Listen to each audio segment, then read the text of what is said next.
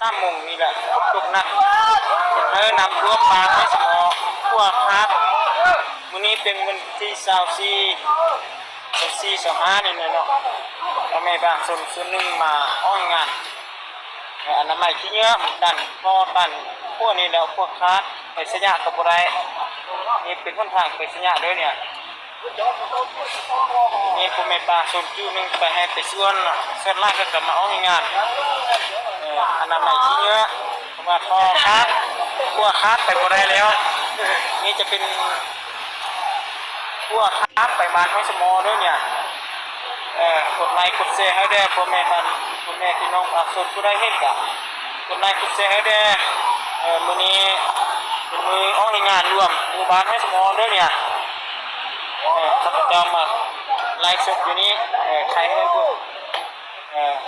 เพื่อนบรรดาท่านจะให้ไปเบิ่งพวกไม่สมอคาดแล้วไปสัญญากับไปบ่ได้แล้วนี่ลูกจอดไปเที่ยวอยู่นี่เพราะแต่สัญญามาไปบ่ได้นี่ก็เป็นบ้านไม่สมอแต่นี้ไปรุ่นนี้ประมาณ20หรือว่า28 เมตรนี่แหละเนี่ยนี่ว่า18 53 เมตรแต่นี้ไปพุ่นประมาณ3 เมตรเนาะพวกคาดนี่นะเป็นไงกันไปมาบ่ได้สะดวกสบายเด้อแล้วสิ่งมันง่ายมันจะได้อยู่ทุกนักใส่มาใส่ก็บ่ได้บ่ได้ว่าส่วนผู้ใดไปให้ไปส่วนไปให้ไปหน้าก็จิมัวนะจื้อว่าตอนนี้ชอบนะมายังก็ไปมาเบิ่งกันแลตรงนี้เป็นช่วงฝุ่นเนาะนู่นเป็นตัว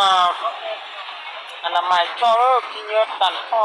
อชุบช่ออุดมช่อตู้เป็นหมูสเตาก็ตื้อเลยเนาะนะถ้าเราเสียบุกมาหมูสัญญาละหมูชิ้นไล่เลยเจ๊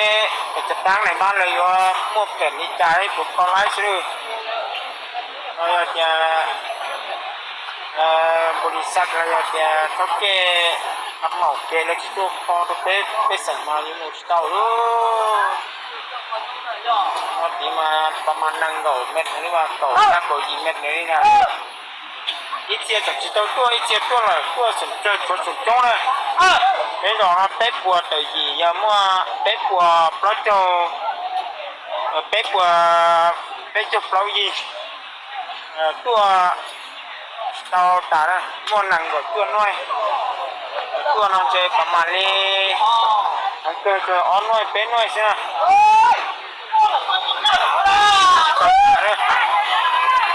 อีเจียจังจะตัวนะเดี๋ยวตัวตามมาตรงไปรอนะเป็ดปัวเป็ดจุกเรายีเลยเป็ดปัวเป็ดจุกเป็ดยีนะเจ้าหมูเป็ดเจวินลีนาหมูซื้อลาเป็ดของน้องเจวินตัวหมูซื้อน้องซื้อน่าจะเช่นในบ้านเราผมมองเห็นเยอะหมูเนี่ยถ้าจ่ายเนี่ยผมแยกกันบ้านเนาะหมูตัวตักเป็นน้องซื้อเราหมูตัวเป็ดลูกเช็ดไก่เป็นน้องซื้อเจเราตัวของน้องเจเราหมูของน้องต่อเจนไล่แล้วตัวต่อchỉต่อลูกเช็ดเป็นนะน้องซื้อใช้น้องซื้อมาจิ้มมาใช้จนไม่เสร็จเลย